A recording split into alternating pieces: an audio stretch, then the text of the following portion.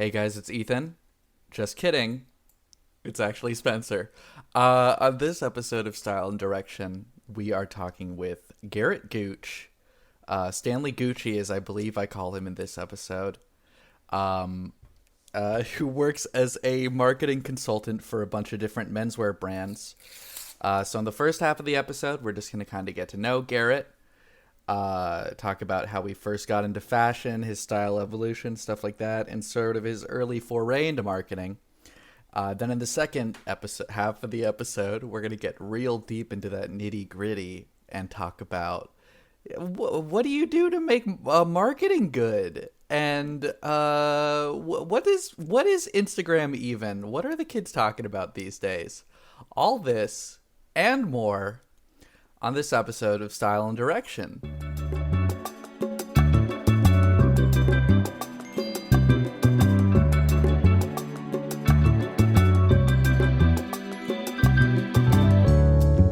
Hi guys, welcome to Style and Direction, a menswear podcast without the stuffiness. This is your host, Ethan Wong. I'm your other host, Spencer. Adi. What was that? Oh, sorry, I'm a robot, and that's how I say my name. Some food for me and some food for you. I guess I did make him a robot. Yep. This is a little snippet of our Office podcast that hasn't come out yet. Did we come up with... I remember one episode we were talking about it, and we struggled to come up with a good name for an Office podcast, which I feel like there's something in there. There's got to be a good one. Coming up treble? Coming up treble? I don't know. What's Scrantonicity. Scrantonicity 2. No longer affiliated with Scrantonicity 1. Oh my god. Anyway, Okay. We've got a guest today, which we'll bring out in a second. But here we're gonna do our latest. We have a segment which we call it. What are we wearing today? What are we wearing today? And tell us about our day so far. So Spencer, tell us a little bit about what you're wearing and give us a rundown of what you did today. And remember, no dating.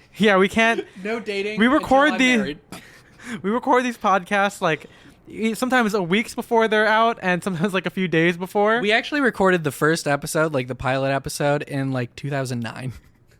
Yeah, I was still in high school, and I wasn't even born. But so we try not to put any specific like, oh, did you see this on the news today, March 3rd? Yes, I did see the news today. And we can't talk about it. We can't. No. Yeah, isn't it the 4th though? May the 4th be with you. Close enough. Okay, well today, yeah. Do you want me to go top down or bottom up? Start from the middle and then decide, and then decide. Okay, so brown belt, Joseph Abood, Menswear House. Got it with my employee discount, bitch, $20. This is the most ridiculous segment we've done. Okay, keep going. I'm gonna go up. From there, we move right up inside, kind of inside, tucked into my pantaloons, which I'll get to later, is like a foulard tie English from the 50s. And it's actually tucked in for once. I said that. For once? Okay, here's the thing. I mostly wear like shorter ties, and so I don't usually do that. But because this tie is pretty long, I had to do that. Well, I didn't have to, but I just did. Then I got a double RL shirt, striped, multi-stripe. I don't even know. So you would say that you're wearing a striped shirt and a pattern tie together. Oh my god. That's if you read the blog, that's like a big thing that we do because it looks automatically vintage because no one really does it anymore. And then I got a Tellison coverall ranch jacket, which it's kind of like a chore coat, but made of denim. It's a denim chore coat. There's gonna be a blog post about it eventually. We have to get me photographed in like 3 different outfits, which is gonna be tough because I don't have a camera. No, he doesn't. And I see Ethan like maybe once a week. And so at least 3 weeks from now, there will be a post about that. We're going to scoot things down. We're going to go below the belt. Below the belt. Welcome to Below the Belt with Ethan Spencer. A menswear podcast with all the stuffiness. And a whole lot of dick. So below the belt, I got gray flannels from Brooks Brothers. Like what color are these? I'd say like a light brown. Like a light brown sock. That's taupe. Don't thanks. talk. We haven't introduced you yet. We'll get to you in a second.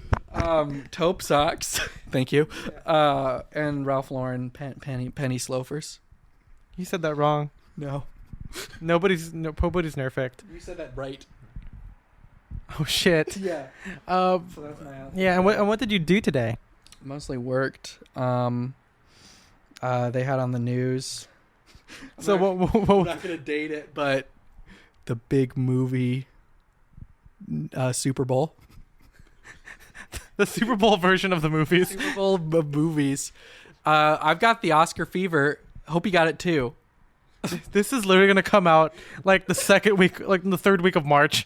Christmas for Tinseltown. Oh my God. Who's gonna win? Who's gonna lose? I got the Oscar fever. Hope you got it too. That was Thanks. a song by Tim Heidecker called Oscar Fever. And it's about him being crazy for Oscar Mayer wieners. That's right. So I'm wearing a green sack jacket, and starting from the top. yeah, I'm starting from the top this time. Yep. And I'm wearing a Kamakura OCBD striped with a kind of like a blue with red square motif pattern tie. So again, striped shirt with pattern tie. I'm also wearing gray flanolos. That's what I call them. I don't think that's how they say it in Spanish, but it's definitely not what they say in Spanish. Our guest, who shall not be named yet, is giving us a thumbs up. It's indicating- it's Voldemort, guys. Our guest is Fuck. Voldemort.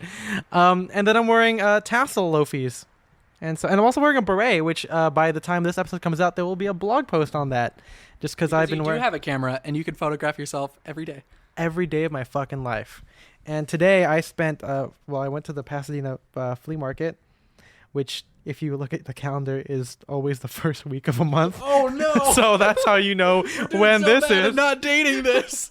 I can't date it. It's not old enough. It's illegal. And I didn't buy anything. And then I hung out with Josh Gooch, who is currently in another room, jamming out on the G-string. He's That's not. what we call sex. Yeah, he's just having sex in the other room while we're all here waiting to do this podcast. Well, we're not waiting. We're doing it right now. Congrats. And then I came here and then we started doing this podcast, and it's been a pretty chill day. Great story. Cool story, bro. Yeah, make me a sandwich. I love that rage comic. Now we're gonna move over to our guest here, and Spencer, how would you describe what he's wearing? Why don't you? I'm gonna describe it. Paint us a word picture. Here's the thing. I'm a reporter, not a poet. I don't know how to do this. Well, he's got a green hat with a...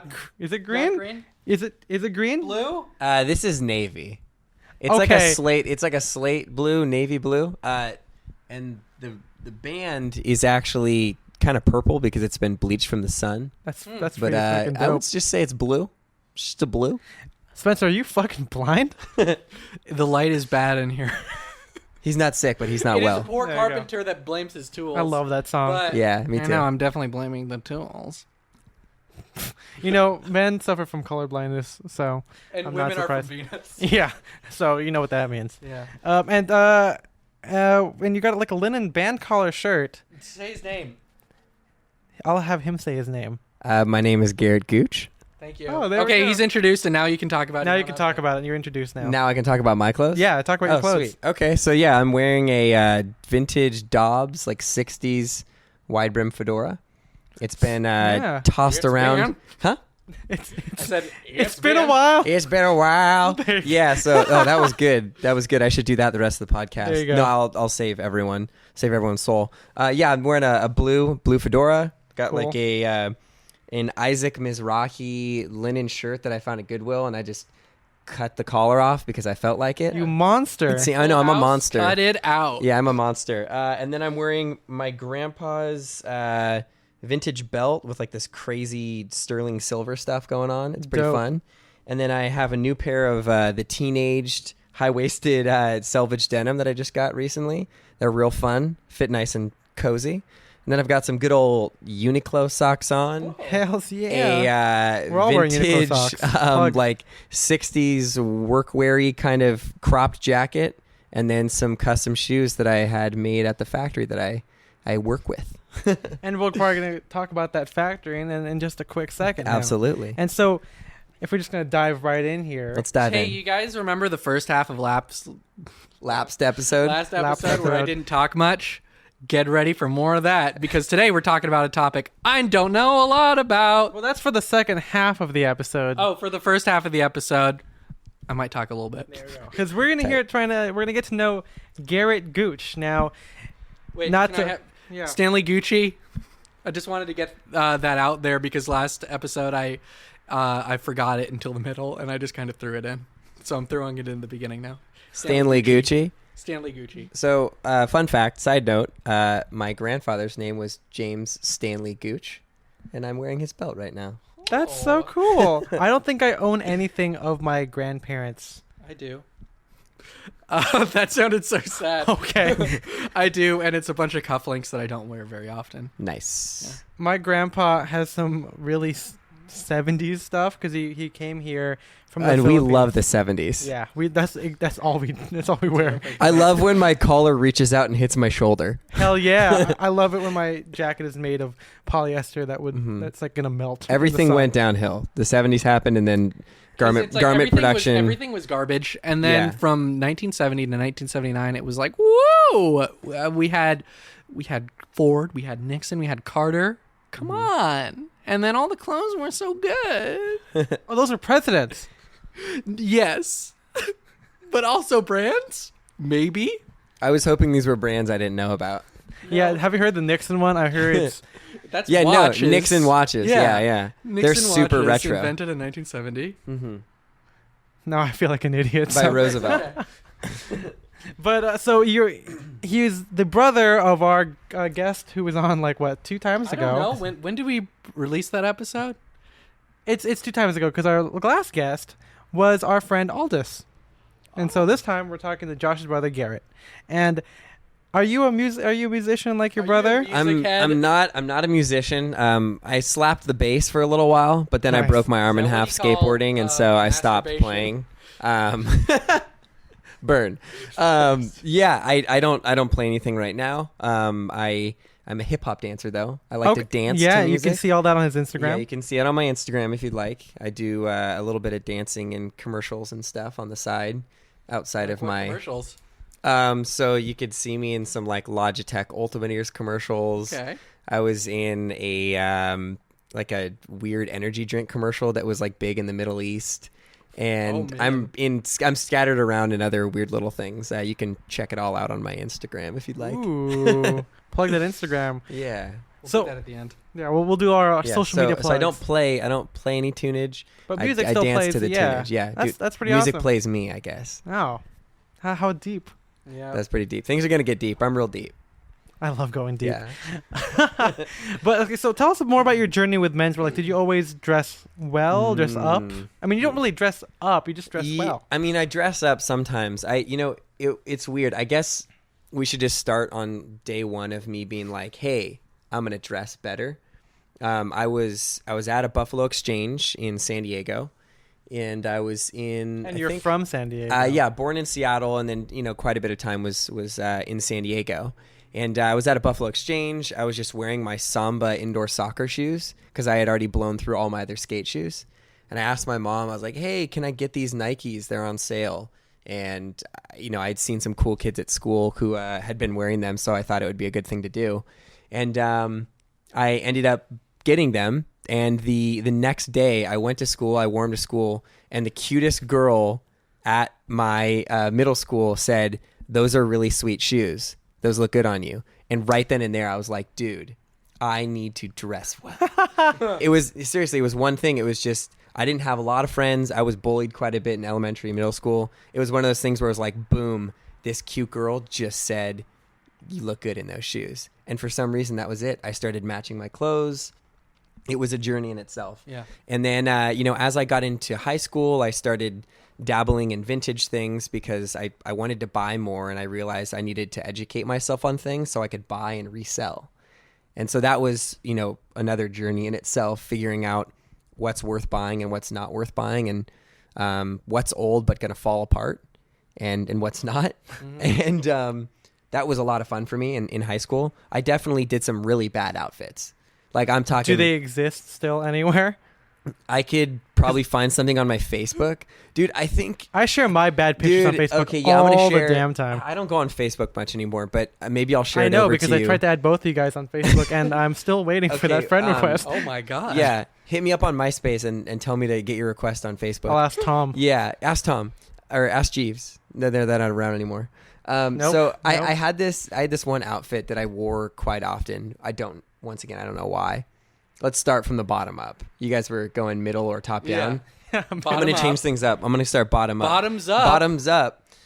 So I had devil laughs. these Vans that had like repeated skulls with Santa hats on them. They were kind of Edgy. cool. They were cool, right? Yeah. But then I'd wear like high Nike socks, and then I wore black Volcom shorts, a white V-neck shirt, not tucked in, and then a formal like dress vest over the top of it, and a white and red embroidered like fitted cap. I was I need in, to see this. I'll show you guys see for it. sure. Yeah. I did a lot of weird outfits. I was just testing stuff out. I was which looking, we all do.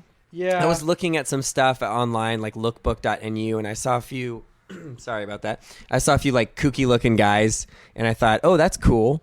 And I just did some really dumb outfits, but I yeah. kind of thought the same thing when I first got into dressing up. I was like, if I wear like a weird piece, people will think I'm an interesting guy, and they'll know that. Like, I was like, even if Yeah. my outfit doesn't look great, this interesting piece will be like, this guy's doing this on purpose. Yeah. That's a thing. It's like Yeah. the bow tie principle, right? Like you'll Exactly. always like it doesn't matter if like how good your outfit is; they'll just think of you as the bow tie guy. Yeah. Especially if it's a clip on. Yeah. Yikes. Just kidding. Most people don't know, so they're just like, "Oh, it's a bow tie." All Yeah, bow it's true, ties. yeah. Sorry, I know. all bow ties aren't created equally, and I will say that again. All bow ties are not created equally. Speak the truth. Thank you. I just picked one up at Men's Warehouse. It's a clip-on. Just kidding. You get it from Spencer, and We're his discount? sponsored, right? Yeah, well, yeah, that's. Hey, we're sponsored, right? we're spent. Oh, We're definitely not going to be sponsored by Men's Warehouse after the shit I say about it. Hashtag burn. I'm gonna get fired. Yeah.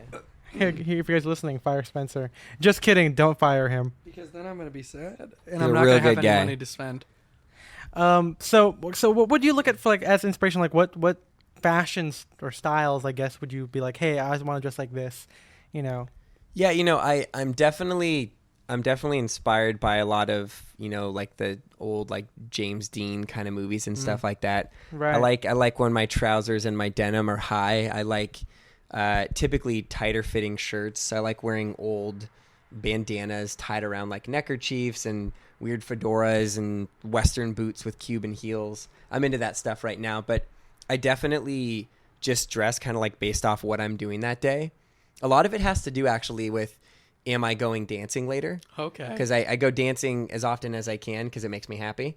And so There's a song about that, I think. yeah, if it 'Cause I'm makes happy. you happy. No, I was Okay, thinking no. "Happy" by Pharrell. Okay, That's gotcha. what I was referencing. Yeah, I was I'm going into for the that. dumb answer. I'm into that. Yeah, so based off of that, I wear certain things. Like I'm not gonna wear crazy shoes that aren't super comfortable wearing all day and then going dancing. If I know that I'm gonna be like on my feet from the morning until maybe 1 a.m. It wouldn't be smart of me. So if I know that stuff's going on, I might put on a pair of my like 1970s Repro Chucks, and I might put on some like high-waisted trousers and maybe a Western shirt or something like that.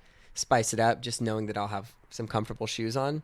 But if I'm just going out for something quick and I want to be all dressed up nice, I might put on one of my vintage suits or, put on like a cool dress shirt with a weird vintage crop jacket and some crazy trousers that aren't super cozy, but just, they make me feel wild for the day. Yeah. Yeah. So what got you into that specifically? Like, the whole James, was it like watching old movies? Was it like internet, looking at images just randomly? I did a lot of lookbook.nu stuff when I was in Can you middle tell us school. more about that? Because I don't think Spencer and I have ever used that. No, Okay, never, so- not once. So when I first got into clothing and stuff, I heard about this website, lookbook.nu. It's basically like Instagram, but just a blog where everyone posts on one wall. And Okay. I would just type in certain types of clothing that I wanted to look at, or just kind of run through a feed of whatever. And I would get weird ideas for outfits. If I liked certain things, I would write it down and try to go thrift it, that weekend. It was just it was like an awkward, okay platform where I I don't know, got a lot of inspiration when I was in middle school and high school. Yeah, I mean, I could see like how that would be super helpful. Yeah. When you're kind of getting into things. Exactly. And before that, I was into sneakers for a while. I had a lot of Nikes. I was a sneakerhead, or whatever you want to call it. I was definitely into collecting Nike SBs and Blazers and all that stuff. That was funny. Not like Blazers as in like a jacket blazer, Nike blazer. I did too. Yeah, I love Blazers. Yeah, Nike Blazers. I collected a lot of that stuff. It was super fun at the time.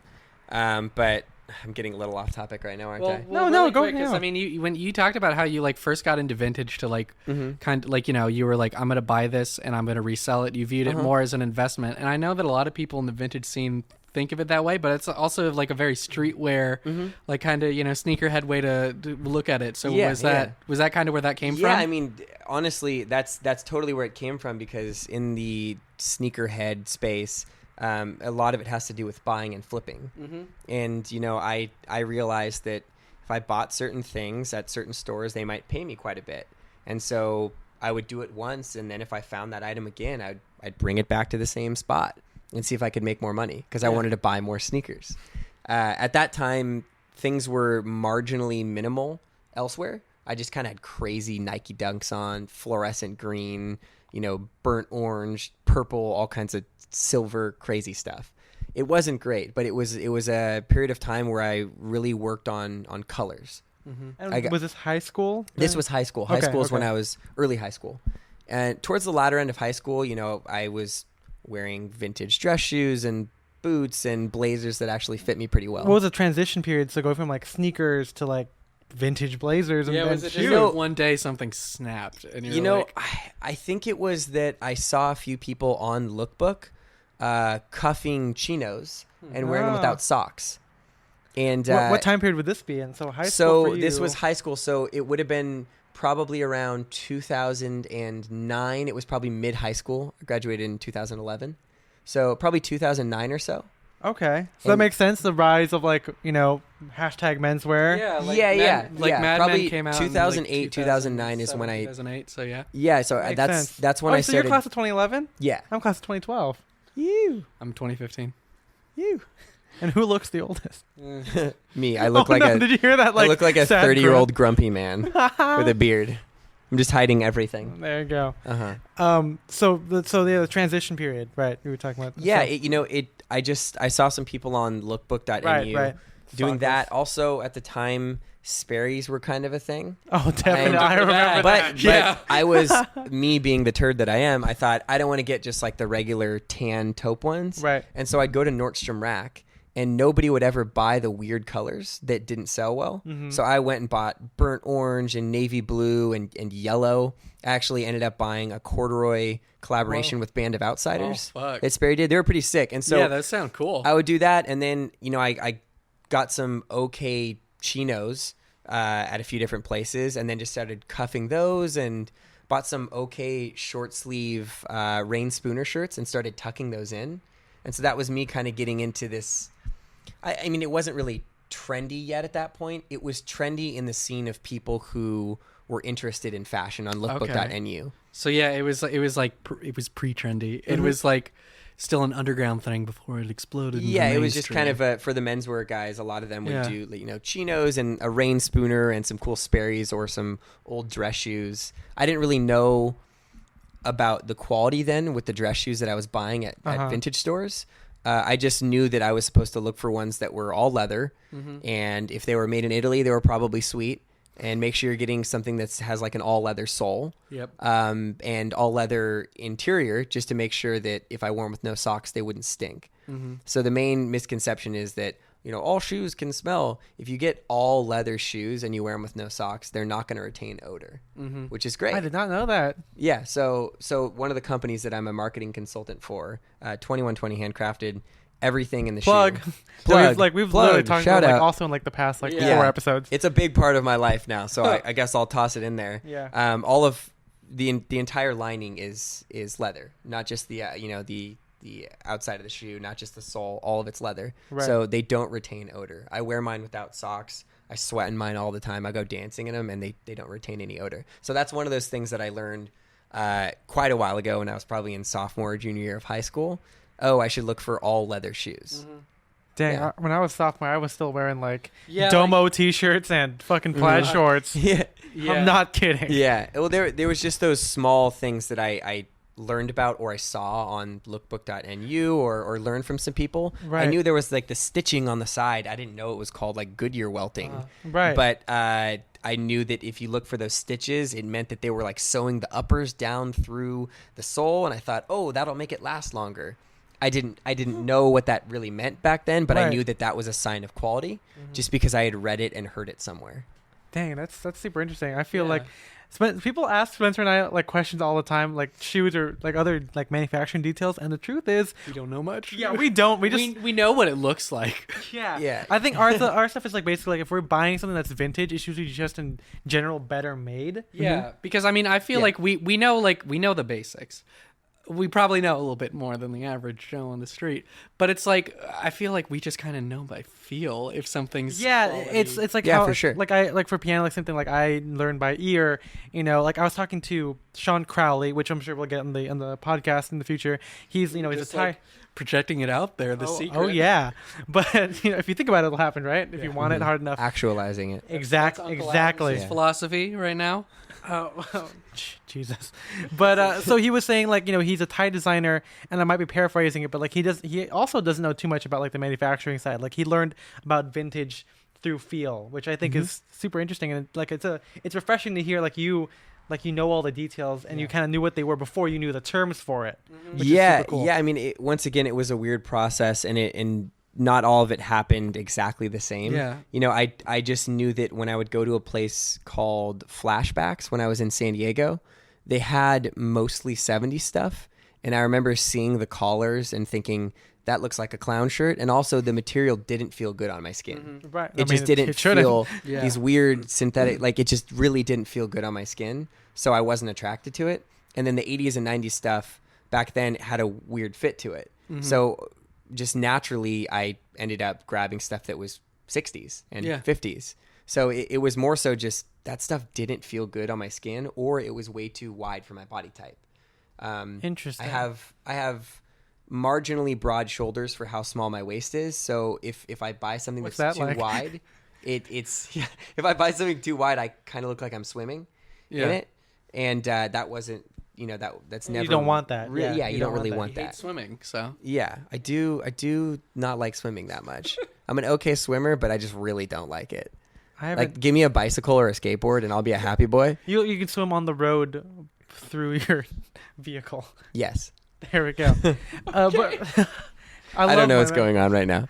This is a podcast on swimming now. Hell yeah! Welcome back to Yeah. Swimmy Jump boys. with Ethan and Spencer. Welcome back to swimming in suits, but like Which- not the bathing but suit, exactly. the actual suit. And you shouldn't swim in your suits because that's a bad fit.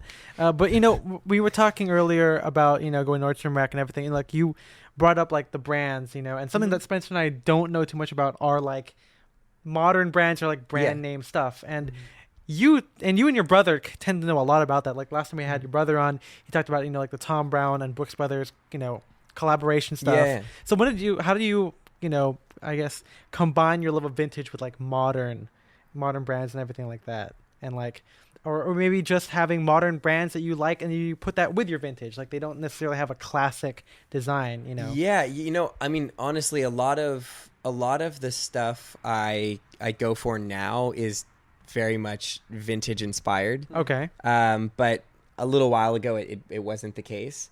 I mean, honestly, I don't really have this, I'm dedicated to these kinds of brands and these labels. Right. It really has to do with, one, can I get it made by a company that's producing things ethically? Because that's a huge part of my life, and also a company that I'm a co-founder of. It's an e-commerce site that's launching in May. It's all like ethically, made goods to alleviate childhood poverty and empower women via female entrepreneurship. So a big part of my life, a big part of my life is trying to buy things as ethical as possible. So when it comes to modern brands, I'll typically buy made in USA just to dot my I's and cross my T's, because it's really hard to produce things unethically in the United States. So if I am buying modern stuff, I typically will go for companies like Tellison or like the Teenaged and all these other rad made in USA companies that are kind of inspired by the 50s and 60s. I wouldn't say that I know everything about all these other, Tom Brown this and Brooks Brothers that. I don't know as much as Josh knows about all that. I just kind of know by style and touch, and I really just just know what I like. I wouldn't say that you guys are saying, oh, like you're kind of an expert on this and on that. I wouldn't say that I'm an expert on any specific fashion topic. I would say that I ask a lot of questions and I'm well versed on a lot of topics. I'm not an expert on any. That was my goal. That was my goal, because I really didn't want to just know everything about shoes or anything like that. I wanted to learn. I mean, there's so many. Well-rounded exactly. Education. And Important. kind of. There's so many awesome people that I'm fortunate to have in my life right now, and there's so much to learn from them that I might as well ask as many questions as I can and actually learn about a bunch of different topics and not just try to become kind of like a snob on one. Mm-hmm. Yeah, don't be stuffy. Don't be stuffy. Listen to this podcast. We don't have stuffiness at all. Actually, I'm getting over a cold right now, so you might hear a little bit of stuffiness. This is not a joke. I'm sorry. This is a stuffiness podcast. Hey. Oh, sorry. That was not me. That's our like for our next guest. Mm-hmm. What's his name? Oh, this is Winston. Oh, Winston. It's just a guy. It's just a guy with a runny nose. Yeah. Yeah, and we got him on the podcast Yeah. because he's like he wears fun hats. Yeah. He wears. And we love fun Winston hats. wears fun hats. Yeah. It's just I call that voice Winston, the guy with the funny runny nose. With the fun hats. With It the fun didn't. hats. Honestly, that sounded kind of cool though. So It was. Yeah. And people should know we love doing voices here. We love doing voices. We do. But yeah, that's super cool. So let's talk more about what you like. What's your job? Okay. Job. So Yeah, define yourself by the your job. So I've got a few. A few things. hats. I got a few hats that I wear. And this isn't Winston. This is Garrett again. I have a few hats I wear. And he's got a bunch of different jobs. Yeah, I got a lot of weird things going on. I'm very hyperactive and working often. Fun fact: Cool. I'm straight edge, which means I don't drink or do drugs. So I've got a lot of free time on my hands. How? Straight Edge 5. We just Straight high Edge five. 5. Yeah. So I got Spencer definitely drinks. We went I out. spend like 90% of my day doing weed and drinking weed. alcohol. He's a round center. We're sponsored by weed. Thanks, weed. Thanks. Yeah, so I tend to have quite a bit of time where I'm feeling nice in the day. So I tend to spend as much time in the day as possible working towards a better future for myself and the brands that I work with. Cool. So I have three kind of things that I currently work on.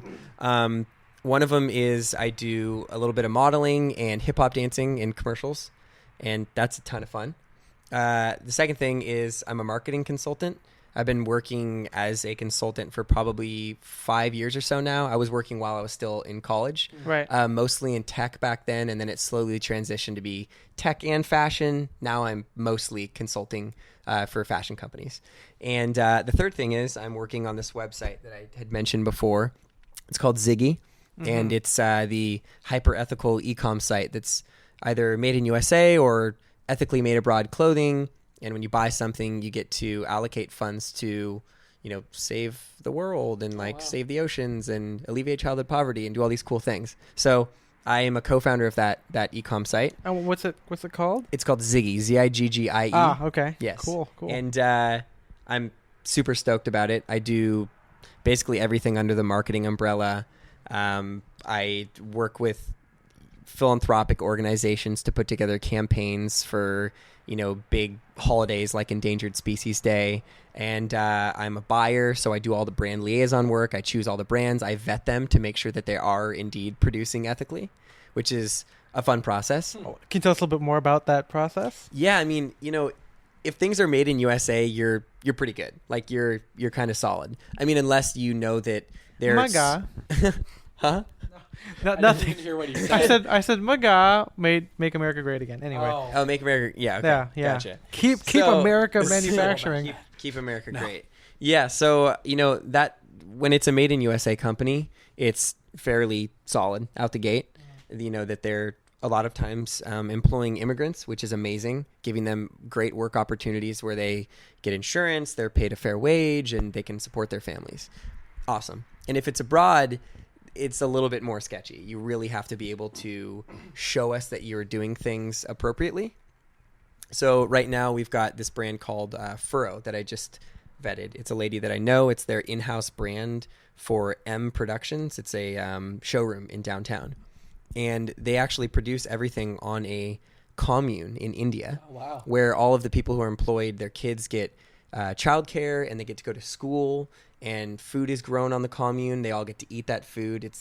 It's unbelievable. And the fabrics are hand loomed, hand block printed, everything's sewn on site there too. Unbelievable. So those are the kinds of companies that are outside of the US that I have to vet. Fortunately, did you go there for the vetting? No. There's a bunch of videos that I got to see, tours of the factory. Okay, gotcha. And they have a bunch of certifications that you can get from governments abroad and from our government, basically to say, hey, good job. This stuff is good. Like, good job. You guys are doing a good job producing things, and people aren't being ruined, and you're not ruining communities. You're enhancing one. Mm-hmm.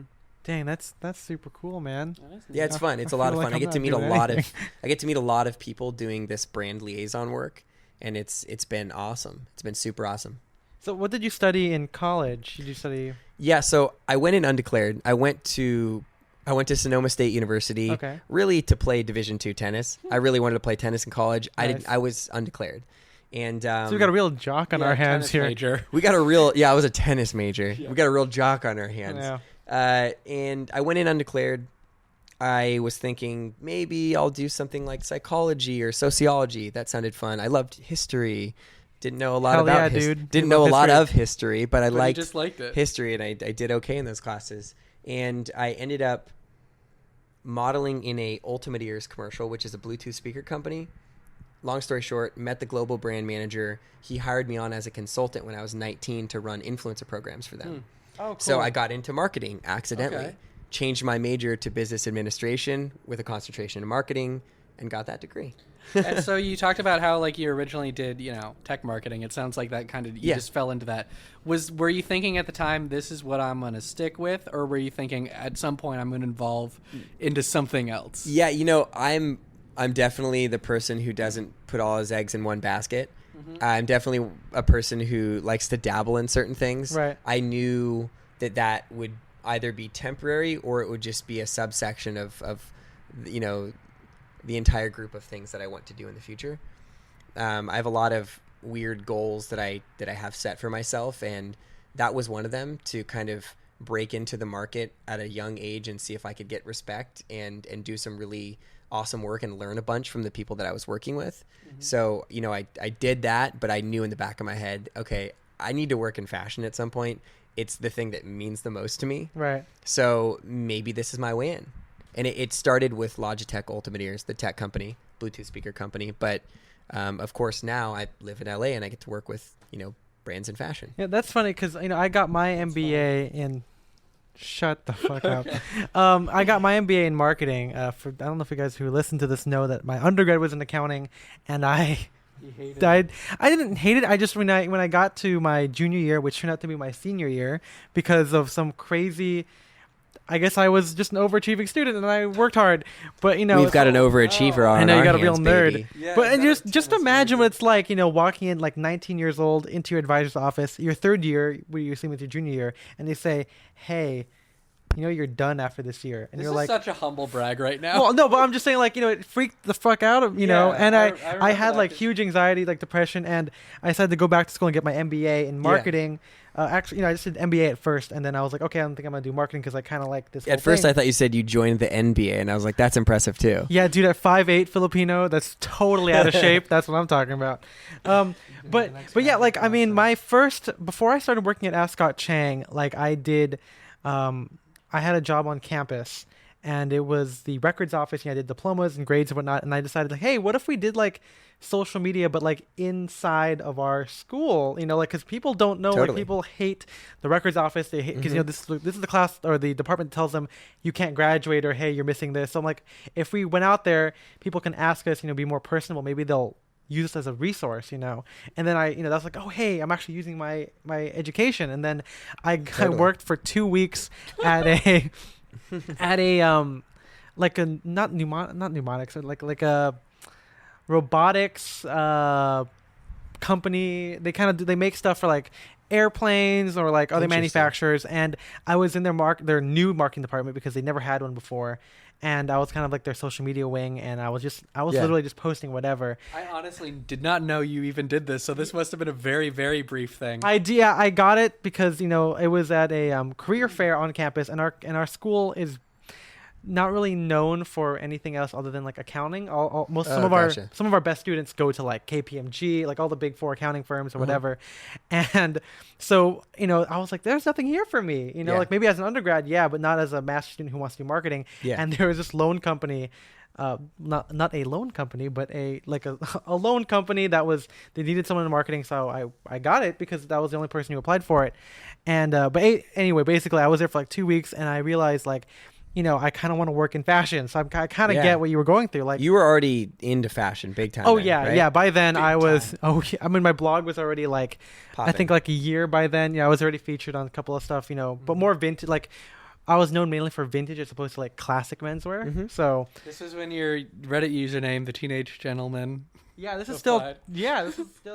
So it's. You should keep the Teenage Gentleman, and you should keep it like until the end of time. Oh, so it's still. You're like 70. You're like 70, and you're still blogging, and it's called the Teenage Gentleman, but you still dress. You dress like you're 14. I think that I still kept the Teenage Gentleman as an Instagram username for a while, because I remember it was a big thing. It's like, what do I change it to? And then it was the not teen age gentleman. People have said like, oh, the 20-year-old gentleman or the dandy gentleman, and I'm like, I don't want that anymore. So you evolved past silly usernames, and it's Ethan Wong now. Ethan M. Wong. Yeah, buckle up, Buttercup. Be yourself. Put Ethan M. Wong because I think that's like it's kind of like my stage name, because there's a lot of Ethan Wong. It's like, yeah, you looked on LinkedIn. Mm-hmm. I mean, I'm sure there's not really a lot of Garret Gooches on LinkedIn. Dude, there's actually a few Garret Gooches. Surprisingly enough, yeah. I didn't know. Spencer Audis, so take that, guys. Nobody has my spelling though. Fun fact. So it's okay. There you go. It's okay. And even I get it wrong, right? So. Just an announcement here. Ethan's known me for quite a while and has my Instagram, but he misspelled my name on a blog post. There were probably 10 Garrets written in the post, and I think 7 of them were wrong and 3 of them were right. And the funny thing is that usually I look at your Instagram every time just to make sure, and I think like the first one is correct. Honestly, Ethan, I want you to be always looking at my Instagram, baby. Oh, that's all I do. Yeah. But that's really cool. You were able to work in marketing. Like, how you did that while you were in college, right? Yeah. So I was busy. I definitely overwhelmed myself. I don't regret it because it's gotten me to a cool place. But man, I was, waking up super early, doing weight training for tennis, going to class, doing like? 4 hours of tennis practice, going to class again, and then going home and in the evening doing my work. Because I would work remote for. At the time, Logitech was in like the South Bay in the Bay Area. Okay. And so I would work remote from home. So I'd do that until the evening, go to sleep, and get up and do it again. So it was really tiring. But yeah, I was doing it while I was still in college. I was like 19, about to be 20. So then, when did you when you graduated? What was on the horizon at that point? Well, a few people at that point, I was consulting with a software that did like social media aggregation and all kinds of weird stuff, user-generated content, leveraging where you can make Instagram posts shoppable on people's websites. I was consulting with Old Navy and Gap and a few other tech companies and stuff like that. Okay. And I was maybe going to work for them. I had a few other opportunities, but it ended up that I kind of got screwed over by a company that I was really interested in, and it was the best thing that ever happened to me. Because what I realized was, basically, that software company had told me, "Hey, do you mind writing a book, like pamphlet on how to run a successful influencer program using our software? Once you do that, if we like it, maybe we'll hire you." And at that point, I had already done a lot of great stuff for the software and run some really successful programs that they leveraged to get people to buy the software. And anyways, it was because I was young and they wanted to take advantage of me. And as simple as that. And it was a really good thing for me to see because I realized that I needed to watch my back a little bit more. Yeah. And I also realized that I need to just rely on myself. And I know that I'm a reliant person, and I want to be that person for companies. And it really upset me at first, but it was the best thing that ever happened to me, man. I thought, well, I guess I'm going to stay freelance. And so I'm still freelance. Dang, I still do all of this stuff on my own. I have to do all the work myself. People don't get me clients. I have to contact people and do all of this myself. It's all on me. If I screw up and I don't have clients, if I screw up on a campaign, it is nobody's fault but mine. I am at fault. And that is an awful thing to bear on your own. But the truth is it's great, because if I mess up, I know what I need to correct. I can't blame it on anybody else. So you talked about how you don't like to keep all your eggs in one basket. So is this how you're doing it now, or I'm gonna continue working in fashion, but I'm gonna stay freelance? Or do you think one day maybe you will just say, no, this is the company for me? And even do you think you're gonna move away from fashion? I don't think I'll move away from fashion. I think no matter what, I really want to keep doing the modeling and dancing and stuff as a side hustle thing. Right. I, of course, would love for this e-commerce site to really blow up and do really well and have an awesome impact on the planet. And at that same time, I can be supporting a lot of the brands that I consult with. Like, for instance, 2120 Handcrafted, the shoe company, the footwear company that I consult with, they're being sold on Ziggy because they are ethically produced in León, Guanajuato, in Mexico. Right. So it was a shoe-in. Oh, fun stuff. Yeah, I'm not funny, but that was a really good one. Couldn't resist. And so I don't think that I'm going to stop working in fashion. I might have some other clients in other areas, but the cool thing about being freelance is I can work for a few different companies at once in a few different categories. And that's what's fun about it. Every day is new. And, I can be putting together an influencer campaign for an eyewear company in Australia, Local Supply. It's a company that I've consulted with in the past, and then go and run a pop-up with Autumn of 2120 Handcrafted. That keeps me excited. I like having a few different things going on. I feel like I need a few different things going on. I definitely get that. Yeah. Because if I stay working on one, excuse me, that's the cold. That's the cold. From 50-year-old man back to his 21-year-old Oh, sorry, it's Winston again. If I work on one project for too long, I get super burned out. Yeah. I started a project. This is not a project, but with Ethan and a couple of his friends, I was running a D&D campaign, and the first We have not done. No, It's a part of it is the scheduling. But also, it's because the first couple sessions, I was I'm so pumped. I have so many ideas. And then I was I'm done with this.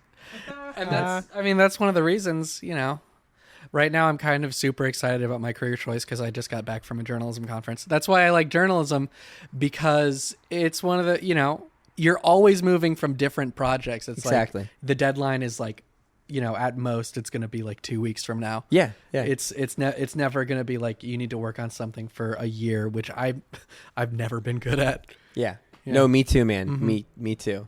It's fun. People will contract me to do an influencer program or something like that, where a lot of my friends down here in LA are menswear, women's wear influencers. And I mean, it's tight. I'll get product from these clients. I'll get to give it to my friends, hire a friend of mine to shoot photos of them. We give all that content off to the brand and they can use it to sell their product better. Yeah. It's that's my work. That's freaking awesome. This is sick. I get to work with friends all of the time to produce cool little campaigns for companies. I wake up every day being damn, this is a fun occupation that I accidentally fell into. Yeah, this was all by accident. I don't know everything when it comes to marketing. My classes that I took in school were completely outdated. I had to go and get these jobs. I think that's usually how it is with all marketing classes. Yeah, dude. They're maybe 5 years behind. Or no, even more, man. I mean, I realized the coolest thing about getting that first consulting job was I knew at that moment this is going to be my education. The person person that was above me at Ultimate Ears, this guy named Paul Piggott. Shout out to Paul Piggott, super rad dude. The guy was from the UK. He was awesome. He taught me so much about marketing strategy, social strategy, really diving into analytics, even though it was something that I really didn't want to get into. He was able to lay things out for me in a way that my classes never were able to lay it out. And that was the start of it, dude. Like, that was the start of it right there. Dang. And we're going to get into more of that on the second half of the episode. But before we take a break, can we talk a little bit about modeling? Because so Spencer and I don't do that. I mean, we do take a lot of pictures for the blog. You guys are cute boys, though. Oh, thanks. And I take pictures of myself and I mug it for the camera, but I definitely don't know anything when it comes to modeling. The business side of it, or like You'll notice that we both have 3 poses. it's like hands in our pockets, hands behind us, and then crossed arms, right? And I like sometimes flip off the camera because I'm an irreverent guy. We all flip off the camera. I flip off the camera. Yeah, hell check yeah. out check out Ethan's page. There's a photo of me flipping off the camera. There's that one. There's also one that Colin posted, I think, on Rogue Collective. Yeah, that one I'm also grabbing my crotch. That's true. I did not notice that until I was editing the picture. I thought, oh, that's embarrassing. So tell us like what it's like to for you, to work as a model. Tell us a little bit about that. It's cool, man. This is another thing where I, like everything in my life, fake it till you make it. Okay. I was on spring break. Spring break. I was going to school at Sonoma State. I was down in San Diego. I saw that there was an American Apparel casting call, and I ended up driving up from San Diego to LA at the warehouse to go to this casting call. There were like 8,000 people there. Holy God. And I almost just got in my car and drove home. But I got in line and waited out there, and, it was hot.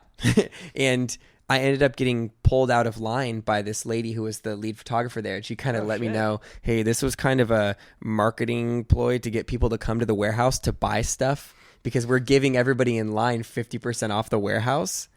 Dope. And I was like, oh, that's rude, but please continue.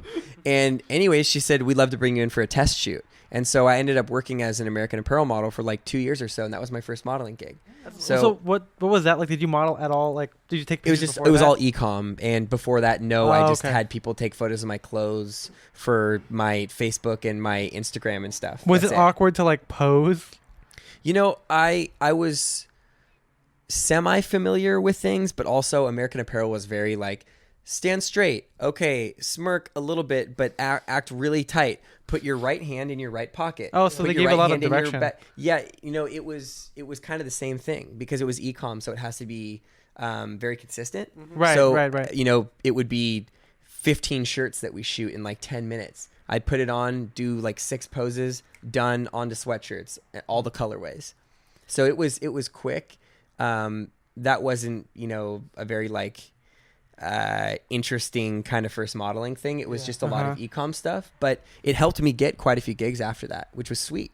So that was the start of it for me. And then after that, I went on to a weird casting site and ended up getting, like a dancing commercial for. Sounds like getting what? Yeah, getting what? Some guy brought me on set and said, "Dance in this bikini." No, and there's a couch there, and Michael Bay. There's a couch. Yeah, I ended up getting this hip hop dancing commercial. I was an extra. I got to dance, do like a freestyle. By the way, I only do freestyle dancing. I don't do choreography. I'm not good at choreography. I think that might be another reflection of my personality. You have to like dive into that for a while, and I think I'm too anxious to learn a bunch of choreography. I just want you to put on music and let me dance. Anyways, I totally get it. It has to do with me and music. Like, I feel like I could learn to read sheet music and play sight read and whatnot. Or I could play and have fun right now. Exactly. And that's my thing with dancing. I could play and have fun right now. So I got this cool gig dancing in the sand on Venice, on like the beach in Venice, and it was awesome, man. That was my first little dance thing. And then from there, got quite a few cool gigs, and just got signed to an agency about maybe 9 months ago. I've been in LA for about a year and 5 months. Got signed to an agency. They send me out to castings. Those are kind of fun. What are castings like? It's a bunch of people mad dogging each other in one room. I'm just sitting there smiling because life's tight, and why would you not be smiling? I'm just sitting there smiling, and everyone's looking at me like, why is this guy happy? I don't like him. And then there's a bunch of girls in there judging each other, which is not nice. And I just go in and say nice things to everyone, and then hope that I get the gig. Okay. And Yeah, it's fun. It's fun. And then the cool thing I like more than castings is direct bookings, which is where a company will just contact the agency and say, "Hey, that Garret Gooch guy, we want him for this shoot. He's got moxie. Here's the payment, and have him here on this date." And that's awesome. That's really fun. But castings can be tedious every once in a while. Dang. I don't know if I'll ever find out what that's like. We aren't models. No, we're not. But that's super cool. I mean, I don't think I know any models because most of the people, I mean, I guess we can get into this on the second half, but like most of the people I follow are all like regular guys who just get their picture taken. Kind of like how I approach for the blog. The like, guy next to you is a model citizen, and his name is Spencer. Upright Citizens Brigade. Upright Citizens. I Brigade. heart comedy. Yes, and Very good. Thank you. Hey, do you know the other rule? It's no but. no, but That's Exactly. how that's how I approach I thought that was just life. on signs at the beach. No buts, aka don't smoke cigarettes on the beach, or don't smoke cigarettes at all because Also, cigarettes don't are take bad. your dang pants off. Ain't nobody wants to see that junk. This ain't France. Yep. Yeah, this ain't France. I'm gonna do a TV show called "This Ain't France." and it's just everything that's not France. Yeah, That's all it is. You're Yeah. just gonna go up to people and you're gonna be like, "What are you doing? This ain't France." And then there's gonna be a laugh track, Dude. and it's gonna be the fake sitcom and the remake of this the is remake good. of RoboCop. This is good comedy. yeah. This is the funniest. Yeah, who knew I was gonna be a funny guy? You were gonna be a mushroom anyway. So, so cool. We're gonna take a quick break, and we'll be back with more Style and Direction. After this.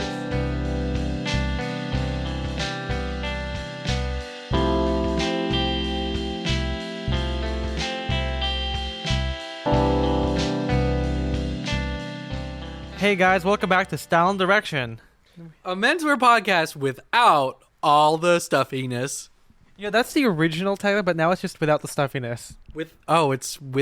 We dropped the without all the. That was never that was like when I wrote it down. That's what it was. But then, if you listen back, all of them just say without the stuffiness. Shit. Okay, I don't even know our slogan. That's like, yeah, I don't know why we said it in the break because it's like, oh, you forgot what you were listening to. yeah. But we're still here. What? I don't listen to the podcast. Do we have like the musical stinger or what do we Right use to now, separate it? we're using a track I like to call 1970s, which is something I've written, and that will be in this one. Okay. Yeah, you can hear it in the other ones. So it's I called. don't listen to our podcast. Wow. I don't like Wow. hearing my own voice. It's nothing to do with the podcast. It's whenever I hear my voice, I want to kill myself. Oh my god. Again, it's not even like it's not that I don't even. It's not I don't like my voice. I'm cool with my voice, but I did theater and we always got DVDs. And watching myself on stage, I hated it. Like we put it on during like the cast parties, and I would like find excuses to like leave the room. Dude, I'm completely the opposite. I hate my voice more than anything, but I'm down to be on camera to dance or move around or do weird things. But damn, I hate my voice. I've done that a few times. I think there was one when I was in my film class. I only took like 2 film electives. Yeah. And I usually am pretty good about watching myself on, in a video, but there was one where I actually talked and I was like, I just walked out. I didn't say anything. I'm I just done. walked out and I just waited outside for like 5 minutes until the video was done. I'm always worried that I'm gonna find something in the video that I'm like that's gonna keep me up at night for years. And it already started. Yeah. No, but we're here with Garret Gooch, and he was just finished telling us about modeling before the break. And this part of the podcast, we're going to talk about what? I just like in this part of the podcast, as you all know, we've gotten to the point. We've got to the point where we're going to talk about marketing and menswear and fashion, and that's something that Garret and technically I work with. And I As I- don't. Yeah. So tell us. So what was the first like straight up like consulting marketing job you had for menswear or fashion? Ooh. Because you said before, you did the Logitech one. Well, technically, it would be a UGC leveraging commission job. Okay. Where I was basically a consultant for a tech company, and I worked for Old Navy. And what I would do is I would use their software that basically gets together all the customer photos under the Old Navy style hashtag. Okay. I would find the super high quality ones that were done by Like bloggers. menswear and Oh, yeah. women's wear influencers and stuff. I would put them together, I would then, based off the look of the garment, I would find that item or an item that's just like it, that's still available on Old Navy and in stock. I would get those SKU numbers. I would put them into the system, and it was all put into this like crazy weird system into a widget, which is basically like a little page within a page, and it was at the bottom of the Old Navy homepage. And so basically you could scroll through customer photos, click on it, and if you liked the blouse or the trousers that they were wearing, you could immediately buy it now. So that was technically my first thing in fashion. It wasn't, I wasn't like the creative director for Versace, Right. but it was, Not yet, right? it was me using my understanding of color and I guess the names of certain types of items to make sure that I could curate these photos at a fast rate and basically curate these shoppable UGC streams, user generated content streams. And so was this something that you kind of like? Forgive me, I was writing something down and I didn't hear it. Did you say that this was with Logitech? No. So I was consulting at that time with Logitech Ultimate Ears, the Okay. Bluetooth speaker company. This was another job that I had at that time when I was still in college. Okay, but did you seek it out specifically because it was involved in fashion? Or was it just no, like a job that you found? No, so the funny thing was, that software company that I was working for with Old Navy, I used that software at Ultimate Ears. Okay. So they heard that I was running the program and said, hey, we've got another person who uses our software who needs what you have. And I said, wow. let's do this thing. And they said, oh, it's Old Navy. And I thought, here it is. So now I'm going to work with a company that's in fashion. Granted, it's fast fashion, awful clothing, terribly produced, Yeah, take not that, going to Old last Navy. a long time. I don't think Old Navy's gonna be a sponsor now. Yeah, that was below the belt. I don't Damn want it. Old Navy to be a sponsor of this. I don't. I'll make you guys take this one off the air if it's if Old Navy's a sponsor. Anyways, that was a thing. It was a great start. So thank you to Old Navy and the software But company. also, fuck you, Old Navy. But also rude for making bad clothes. And so that was technically just my first fashion thing. It wasn't pretty. It was a lot of work, but it was fun. Was it remote, or did you actually? It was remote. I was working from my kitchen at my house I was living at college. Dang. Yeah. Dang, that's super cool. Yeah. Did you have something? I No. was gonna keep- okay. All right. So, when did you start getting to like more like consulting jobs, like like kind In of similar to what fashion? similar to what you do now, but like maybe on the beginning scale. Yeah, I mean, so basically what happened was I started reaching out to people, companies, and saying, hey, I've got all these influencers. Do you want me to get product on them? Because I had worked with so many influencers with Ultimate Ears, the speaker company. Right. My job was essentially becoming friends with influencers via Instagram and then giving them speakers. And if these speakers ended up in a post or two, pretty cool, am I right? Right. And so, that would accumulate to a bunch of eyes on the brand, and eyes on the brand would end up meaning more visits to the website. Visits to a website usually means people are going to buy some product. And so I made Marketing 101. Marketing 102. There you go. And yeah, so I ended up knowing a lot of these people and thought, wait, I can reach out to them again with another brand. Let me tell a brand that I'll reach out to these people for them. Right. And so I started doing that with a few companies. And Did they have a lot of the same like? Because I'm not too familiar with the speaker, Yeah, market, yeah. whatever. Speaker But scene. but just in my head, I'm like, oh, so these people, these influencers, what were they like? Are they just lifestyle bloggers? I used or- all kinds of people. That was the whole Okay. point. The whole point was to hit a bunch of different markets. and just give them speakers. Yeah. So, Oh, okay, okay, for okay. instance, like we would do even chefs, and these Whoa. chefs would curate these playlists of this is what I cook, or this is what I cook to when is I'm. the music This I is what cook. yeah. No, seriously. No, this is actually they would do playlists of this is the music that I cook to when I'm cooking Italian. And they would set up these cool playlists and do these awesome blog posts and have photos of the speakers next to them with flour all over the table. They're making pizza from scratch and pasta. It was cool. And then we'd send it to dancers, of course, because, back in the day Right. when you had big boom boxes on your shoulder, it's nice to have a compact speaker that's loud. Right. We would send it to surfers, them hanging out on the beach after they're done surfing, and professional skateboarders. Are you Just- allowed to give us any names that we might recognize? I mean, honestly, I gave so many speakers away when I was. I know working for so that many company. famous people. No, it was a lot of the bigger people. It was through their agents and stuff. We'd get their address and send them the goods. Yeah. But yeah, man, there was just a bunch of really cool people, bloggers, professional athletes, and we just send him a speaker and be like, hey, have fun. We really wanted it to be genuine, and that's why I was happy doing the job I was doing and working with the guy. Feel like you were like tricking people. No, it really wasn't. Cool. It really wasn't that way at all. And I let them know that too. I said, hey, we would love to send you a speaker. If you like it, use it often and bring it out when you're with your friends and take it on trips. And if it happens to end up in a post and you have a chance to tag us, we would really appreciate it. Otherwise, have fun, enjoy the speaker. Mm-hmm. And because we went about it that way, people actually took to it. And that's really how I felt.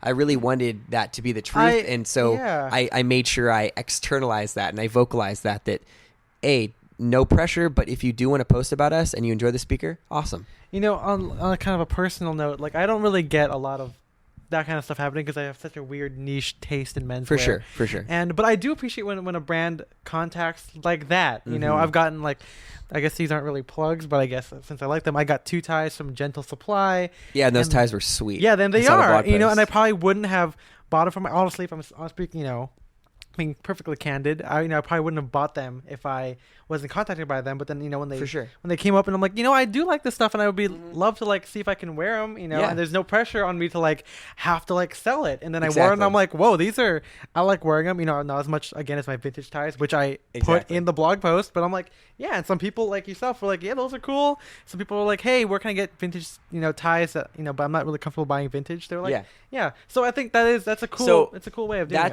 it. Fortunately, once again, I was mentored by somebody who really was doing it right at the time before a lot of this, influencer that was a thing. And so he basically said, this is how we're going to do it. And I ran with it. And the unfortunate truth is that within that next year or two, influencer marketing became the buzz. And it was a bunch of talk about that. It was a bunch of this, like, if we're fine going into this topic, it was a bunch of this, just spray out a bunch of emails and hope a bunch of influencers come back. And what happens after that is people are used to getting these BS emails of, hey, bro, we love your style. Check out our brand and tell us if you want some items. That is so ridiculous and a waste of people's time. And that stuff made me very sad. Yeah. And I feel like because a bunch of these companies hopped on the treating influencers not like they're humans kind of vibe, because people hopped on that train, it made influencers back up. So they ask for bigger budgets oftentimes to price people out and to make sure that they're being legit. And if they're not legit, they'll still take the gig if they're getting a lot of money because they tried to price them out. Yeah. You know what I'm saying? Right. And so it really made a lot of these influencers kind of weirded out by a lot of different people. And because everybody in the world at that point started blasting out all these emails too, like, hey, buy our software for UGC integration, user-generated content integration. Buy our software for this. Get our software for that, for analytics for this. Dude, the influencer stuff and that software stuff really messed up cold emailing and cold calling.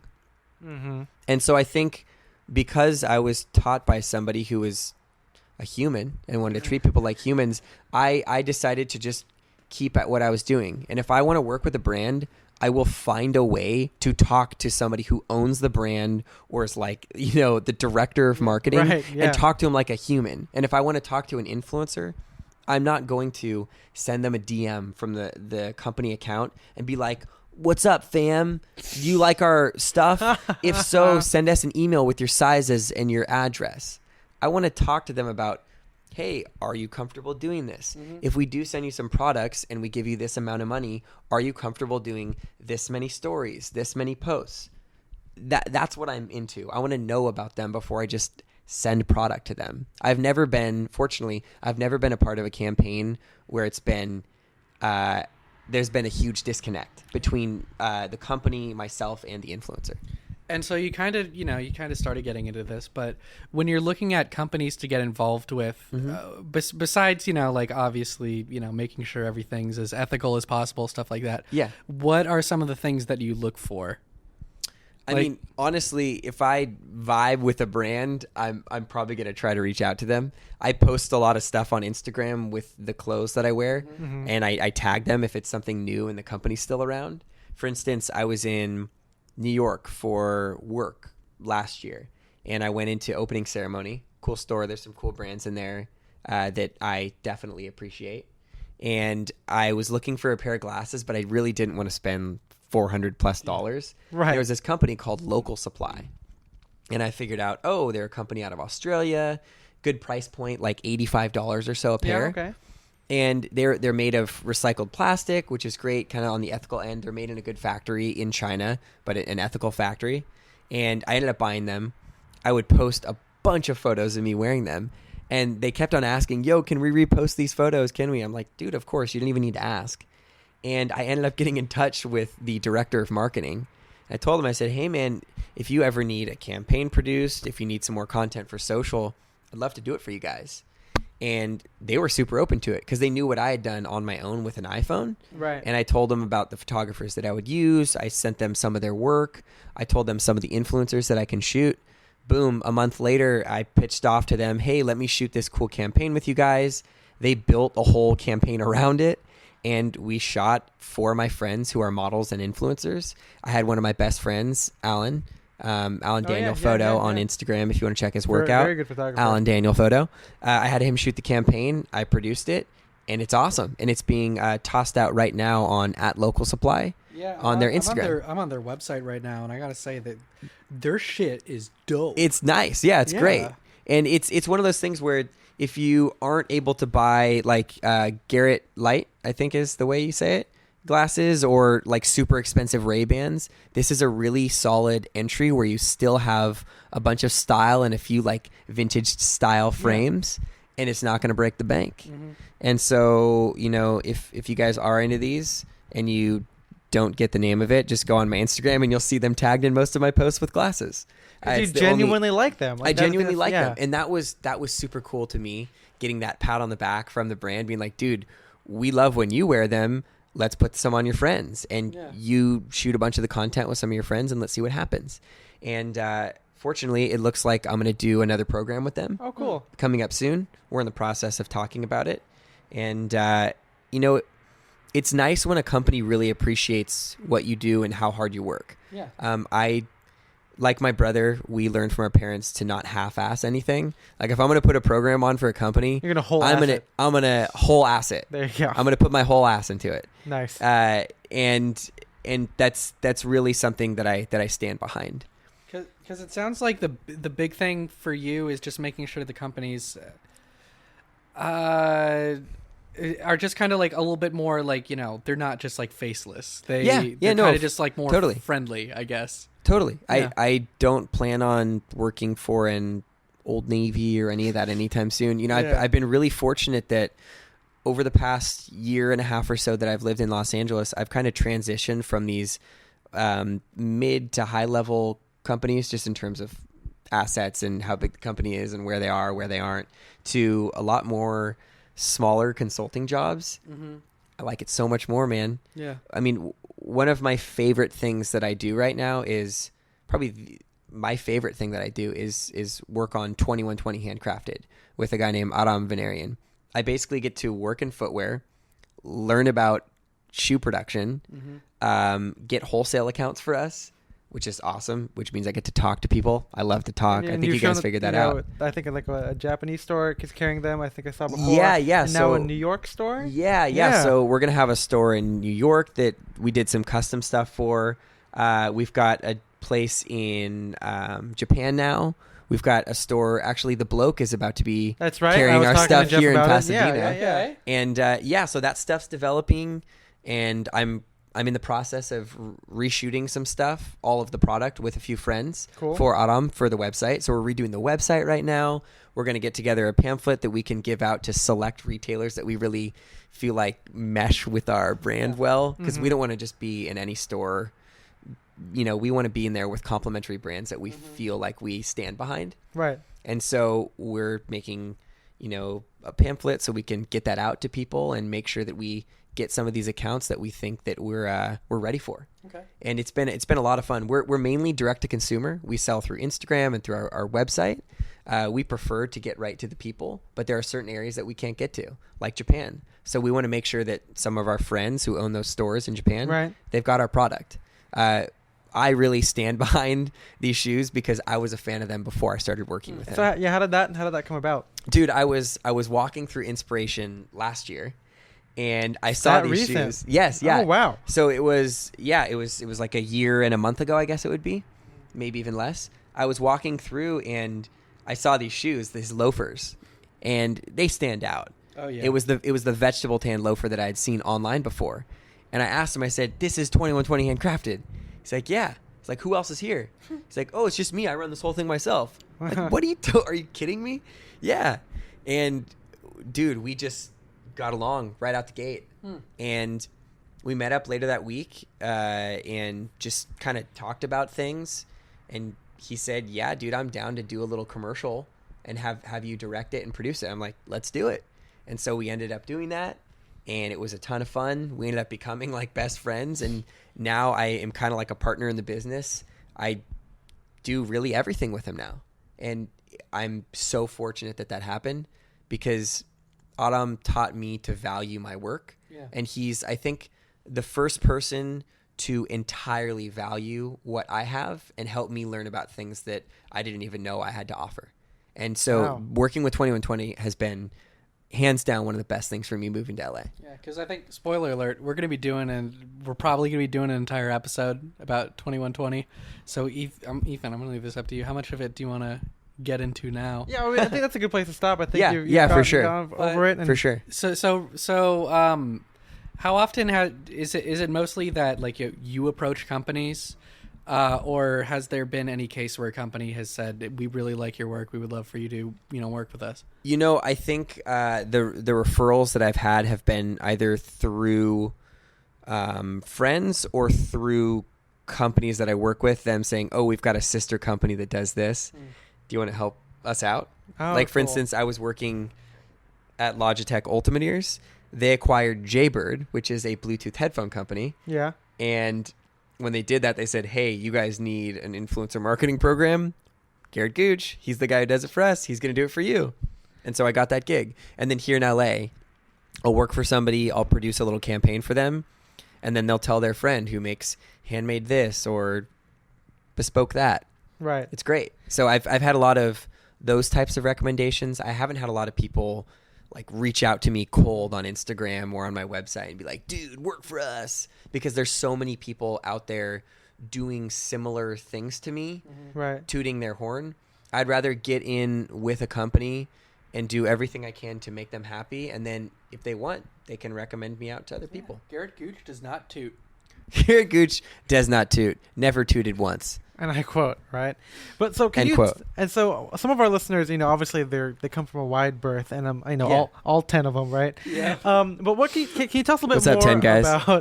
about like what goes into making a campaign, and what you have to give up your trade secrets, but like how do you generally approach what's your style when you do this whole thing? Gotcha. What's your direction? Yeah, right. I mean, what's my style and what's my direction? There you go. So, most people, their biggest issue is their copywriting on their website and on social media is off. And they have a brand identity, but they haven't developed the brand voice yet. So that's one thing I like to get into right out the gate with people and be like, "Hey, what do you want to sound like online? Tell me everything about the company so I can help you put that into words." And so out the gate, I make sure that they understand what their brand is. And once they do, I want to make sure I work on their copy, because copy is super important on social media and on their website. Right. After that, we'll typically look at their content that they're dispersing on social, on their website. More often than not, it's not great, but it's on the way to being good. And so what I'll do is I'll recommend, "Hey, I've got a photographer who does in-studio photography, and I think that we should reshoot your product and make sure that your product looks as good in the photos as it actually is in real life." That's something I do. And then, "Hey, you have some good photos on social, but you don't really have any video that shows how your product moves or how it's used. Maybe let's do a video. I've got a videographer over here who's a friend of mine. Let me produce something fun for you. So really what it is for me is just going down a checklist of what's your content like, what's your copy like, and that's definitely the first few steps. If I'm with a company that's already developed and has that stuff taken care of, I can't get into that much. Then I'll maybe go for a little influencer program. I'll give some product to some friends who are going to post about it in a very organic and natural way. Right. And I'll make sure that they're really interested in the product. So really, I just kind of go down a checklist of how do you look? Like externally, how does your brand look to people?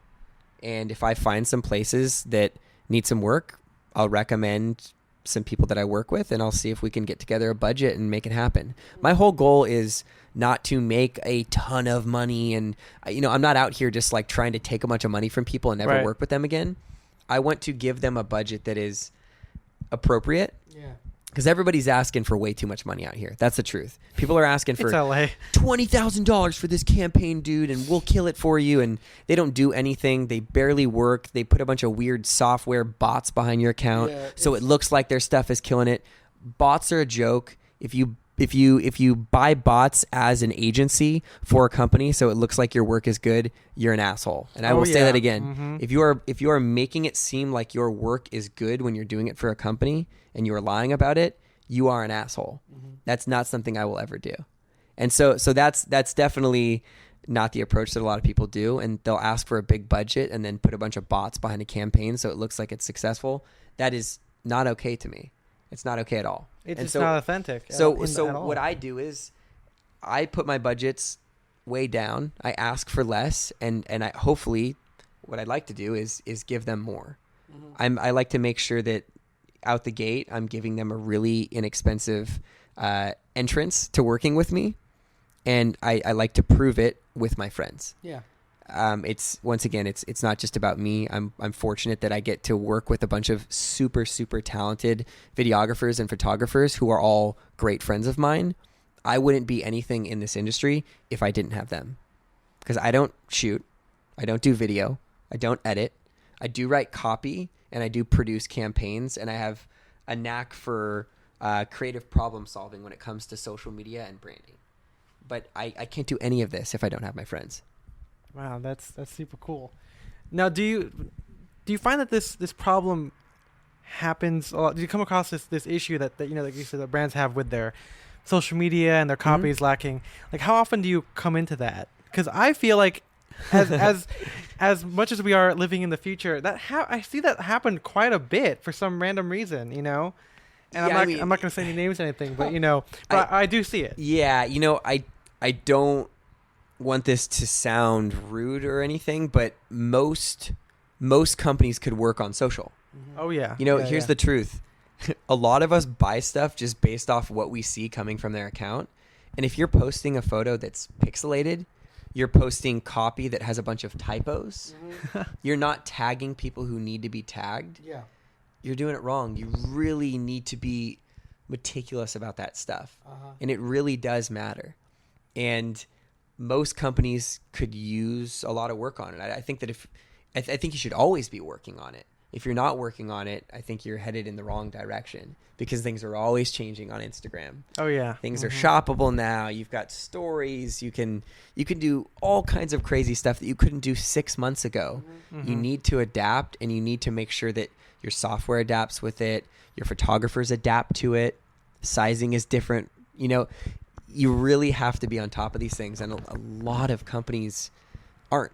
And if companies are having issues with it, find somebody like me who's willing to go above and beyond to make sure that your stuff is consistent, because it really does matter. It will convert sales. So why do you think a lot of companies are doing this wrong? Do you think it's just because they're complacent, they just don't know, or what?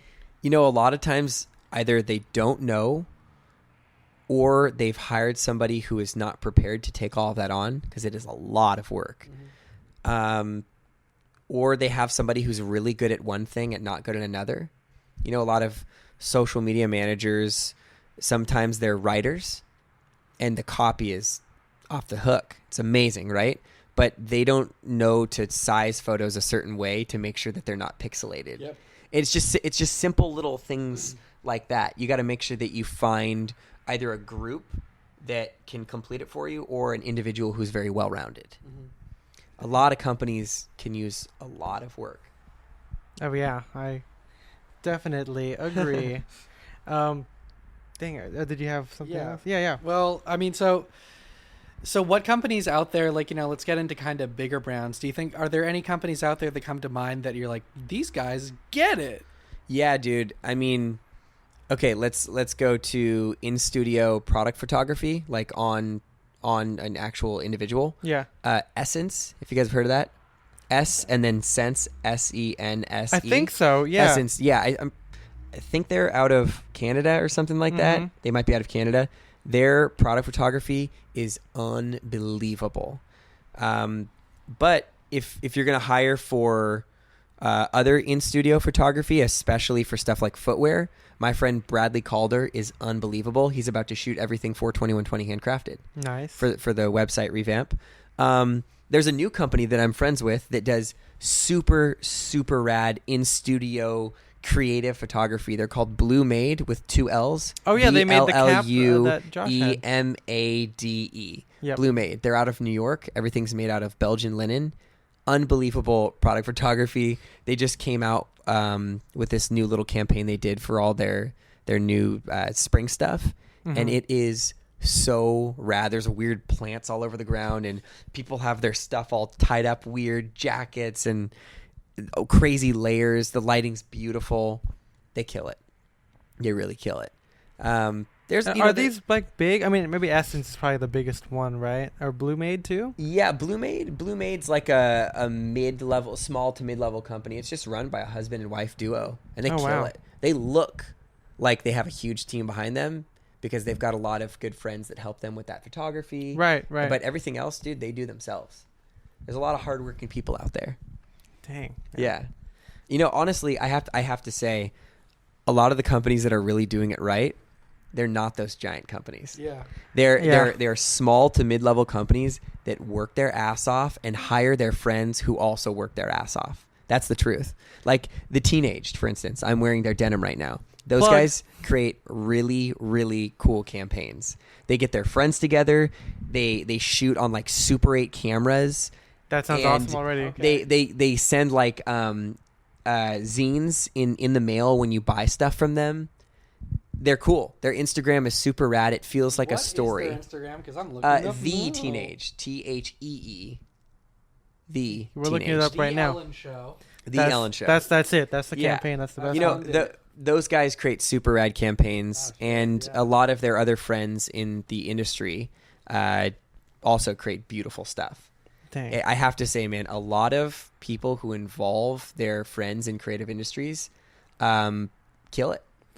Do you think that the reason why these small brands are doing it, is because they're more immersed in the market? Because sometimes I think of Banana Republic. I work there. I don't know anything about their social media stuff, but I feel like they could do no wrong. Yeah, they might not get like the guys like us who will buy them, but the regular people because they don't care. And I guess that's probably a big issue with this too, right? That sometimes comes down to the fact that they're huge, and so they hire these huge production teams on. Like, we're going to get a director for this thing, and some guy who has no idea about Banana Republic, doesn't give a shit about Banana Republic, comes in to create a commercial for them.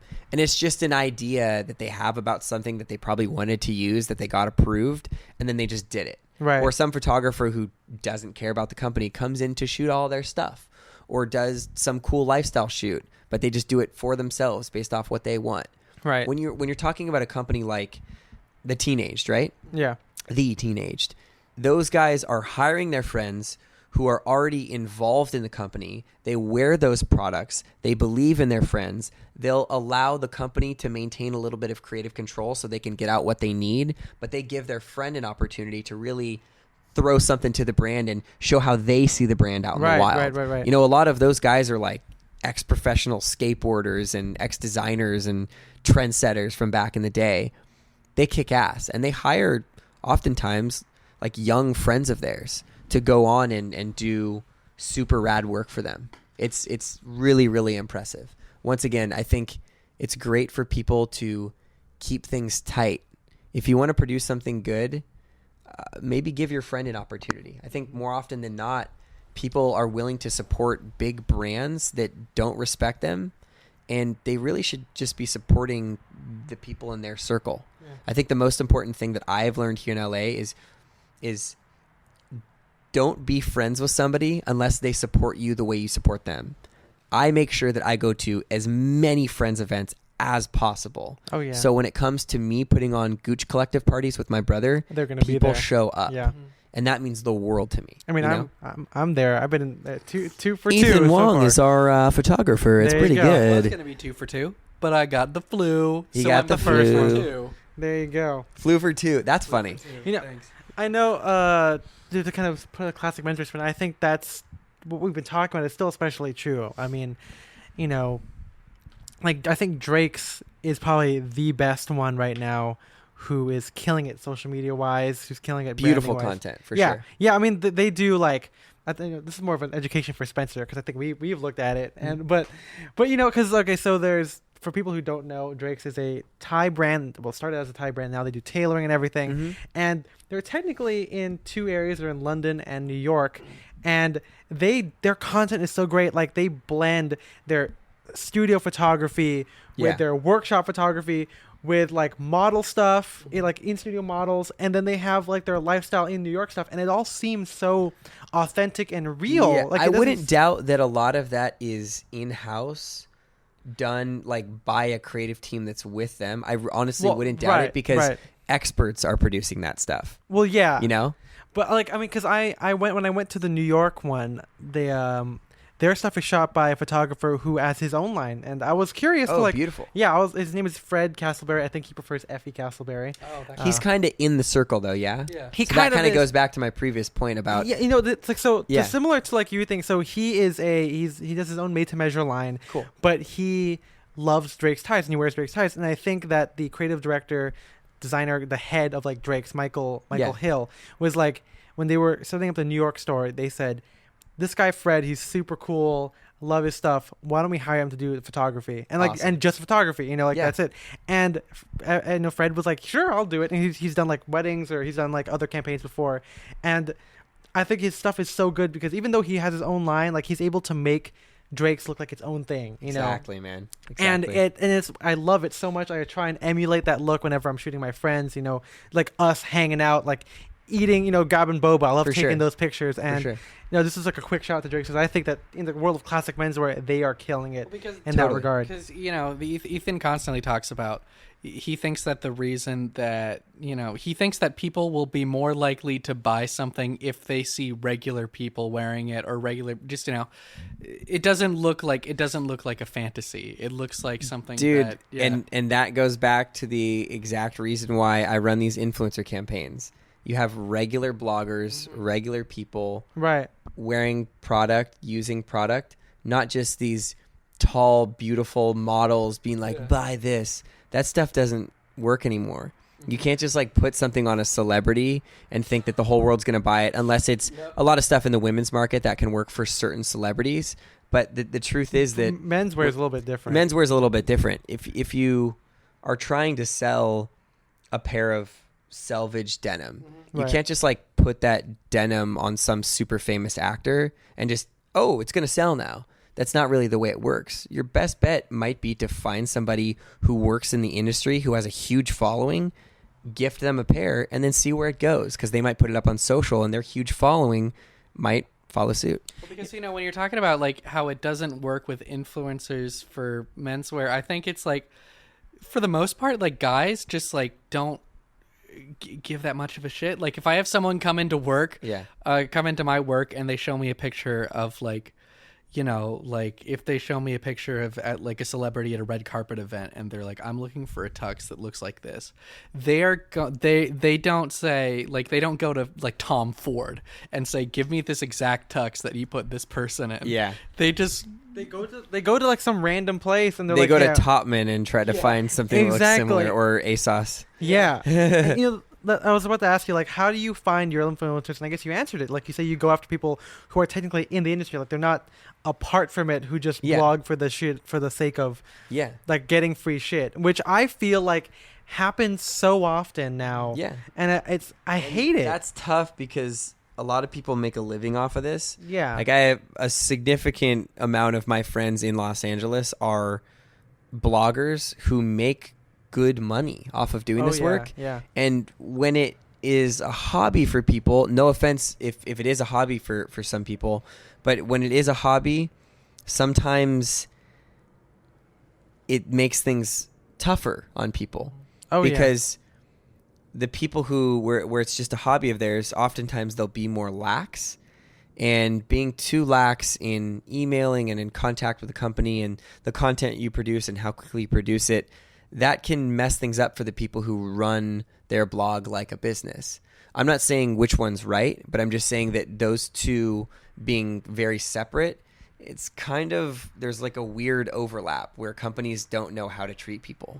Do we just like give this person product and expect for them to post, or are they one of those people who makes a living off of this? You know what I'm saying? It's really weird right now. It's very, very weird with this crossover. It's so funny because I talk to Spencer about this very frequently. Every time someone asks me about like, hey, we would love for you to have this pocket square or this tie, and I can't say too much about some of the more recent stuff that's been happening, but I get into that moral question a lot because I don't make any money off the blog. I don't make any money off the podcast. Yeah. In fact, it's the podcast we paid to make sure that we can have full-length episodes for people, just for fun. Thanks, guys. And you're all, you can hear my voice for longer, everyone. There you go. But yeah, I always wonder, like, oh man, like, when this is this guy gifting me because he expects something from me, or is he getting like, does he want a specific number of posts? Does he want me to do it like immediately? What does he want me to say? Does he want me to like treat it like as a real review? It's also cool if maybe they got to know you first and then laid it all out there. That is a small I'm all part about of it, transparency. Yeah. And it's a bummer when people aren't transparent about that. Definitely. I've had friends be sent stuff and they got it and they weren't really big fans of it. They just sent it out to them. And then the company was like, yo, we sent you a bunch of stuff. Where's our posts? Did we talk about that? Did we? Yeah.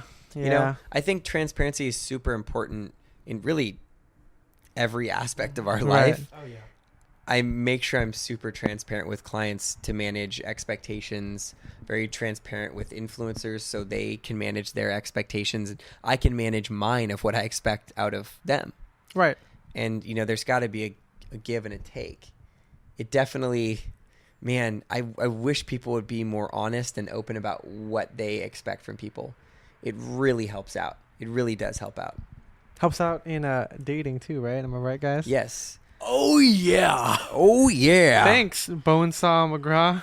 I was thanks. When I was doing it, I was thinking kind of Kevin from The Office. Oh, Guys. Oh, there we go. That was a pretty good impersonation, I think. I'm going to stop at that. I think I won right there, so I'm not going to impersonate him again. Good. Yeah.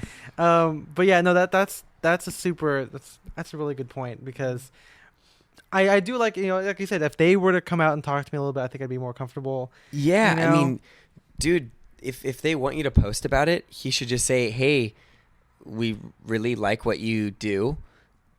Are you down to do a few posts if we send you a pocket square? Right. Just ask. Yeah. Just ask, dude. And then if you say, hey, dude, yeah, that'd be cool, but my rate is $50 a story and $100 for a post. And then if they're down with that, they'll say, okay. And then you ask for a deposit. They send you a little bit of the money, maybe 25% up front. You do the posts, and then they send you the rest, hopefully within 30 to 60 days. Right. Boom. Simple. I feel like there's so much weird backstabbing and non-transparent stuff going on. I really wish that people would be more honest about their intentions. Yeah, definitely.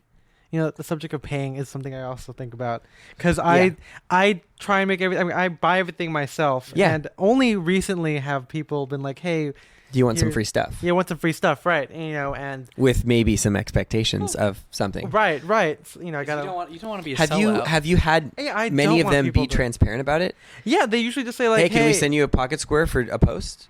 Not that a really. thing? No, they just say like, hey, if you do this, just like, if you do post it, if at all, tag us in it. I'm like, sure. And then I like, mean, that at least they're that's kind of and I'm that's pretty good about open doing and, that. honest of Every them. time, like, even if it's from like Benny, I think I started it with like that when like I would Yeah. buy a suit from like one of our friends, and I would tag them because not just because I want people to know, but because I like it. I'm like, hey, look, I'm wearing one and of we know Benny's how suits. much they appreciate it. Oh yeah, I remember. I'm not trying to brag or anything, but after I was interviewed by Gentleman's Gazette, they asked, he asked me where I got all my vintage stuff, and at the time, a lot of my vintage suits were from Benny, and because of that, Benny has actually told me like, people have come up like, hey, I heard from Gentleman's Gazette you're like you have the most vintage, and I still say it because he still does have the most vintage. All the LA cats, I tell them like, yo, this hat that I'm wearing that you guys will see in the photos, I'm like, yo, got this from Benny. It's a Dobbs. It still has the price tag in it. It was made in Modesto, so California. It was $6.50. Damn. Back then. Definitely Anyways, wasn't that now, right? yeah, definitely wasn't that now. But yeah, no. Shout out to Benny, dude. Yeah, seriously. Yeah, it's like because Ethan, you just don't want.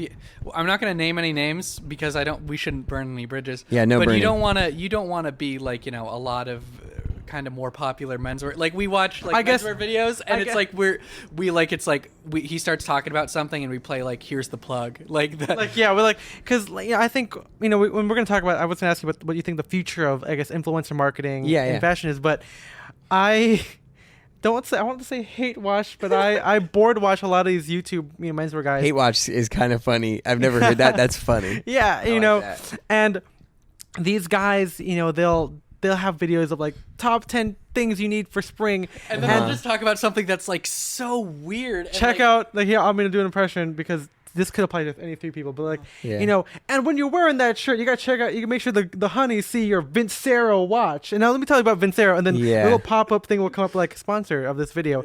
And I mean, like you said, like people make this is like a living for them. They don't.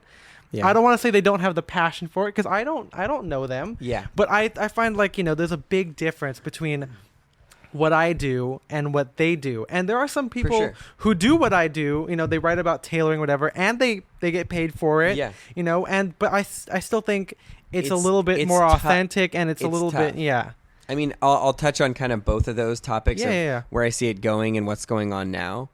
I mean, the truth is, like people like Denny Balmaceda. One of the first dudes that I think Josh mentioned him when he was on the podcast. He's one of the first dudes that I started following on lookbook.nu. And he's super rad. I don't think he likes me that much. Okay, right on. The reason why is because I followed a girl. This is like a weird thing, but I followed a girl who was like super into vintage, and I think they modeled with each other at some point. And I think this is like back in like high school or like college. I was like, I did like a fire emoji on her thing, like trying to flirt, and he just commented like LOL on it, and I could feel like feel the burn. I could feel the burn from that guy. Burn. So and I don't follow him. I don't follow the girl anymore. But this is. I don't know if he still remembers that old Ethan Wong was trying to get at that like girl. his whole thing was back in the day was you thrift stuff, you find a bunch of cool things and you put together an outfit. Now he's got contracts with like vodka companies where where that's he right. He does stuff like that. And here's the truth, I hate those alcohol sponsorships because alcohol to me is not cool. That's just because I'm straight edge and that's my personal thing. Yeah, high five for that, by the way. Yeah, thanks, dude. Take that, Spencer. So all these big alcohol companies are like getting a lot of these menswear guys to be like, yo, drink New Amsterdam vodka, and they pay a ton of money. Oh yeah. And the truth is, this is an amazing opportunity for a lot of these influencers to make good money at what they do. So they take those contracts, and oftentimes a big brand will pay them thousands of dollars to wear a suit to a certain event and post about it. Once again, I'm not saying whether something is right or wrong, but I think we're at a point now in this where I think that influencers should take it upon themselves to curate their brand list that they work with to make it more authentic to themselves. Oh yeah. It's going to help them in the future because let's say they don't drink, but they keep like talking about go buy Bud Light. Another alcohol company is going to contact them to do that. Let's say they wear a Topman suit, but really they only want to wear made in Italy suiting by these kinds of people. Go contact one of those brands and say you want to work with them. I think some of this is up to brands to find authentic people who match who they are. And for people to be authentic. And for people to be authentic to themselves. I hope that we're moving towards that. I honestly don't know where we're headed at this point, but with how our social media platforms are making it easier for people to click to buy and click to shop and click to visit, I have a feeling that there's going to be a lot more large brands hopping on the influencer train sooner rather than later, now that they know how easy it is to track things. Right. Before it wasn't always easy to figure out, like, how many sales are we getting from all this money we paid this influencer? Now being able to embed links into stories and shop things quickly, you are able to trace a little bit of it back to the influencer. Not everything yet, because sometimes people don't follow direct links. They get to it another way. They get to things secondhand. Right. But you are able to get quite a bit of data on things. That's true. Once again, I don't know where things are headed. I hope that they're headed in an authentic direction. And as a consultant who does a little bit of work with bloggers, I hope that I can pave the way for more authentic campaigns. Well, speaking of authentic campaigns, I think this is a good place to go move to our plugs. Oh my God, sure. Yeah, Spencer's getting plugs. I was gonna have a little He's thing, getting plugs but, in his What's ears. your closing thing? Let's hear it. Well, I was gonna say, Closing time. talk. Yeah, a great song. I love Third Eye Blind. That's not what they are. That's a reference to have you guys seen the movie like Friends with Benefits? No. Never mind. Okay, never mind. For those of you listening, For those of you listening, Ethan just asked Spencer to be friends with benefits. Oh, it's so beneficial. Now I was gonna say, listening to you talk about that, it's cool because I'm a blogger. I work as a social media manager. Yeah, and being authentic is probably one of the biggest.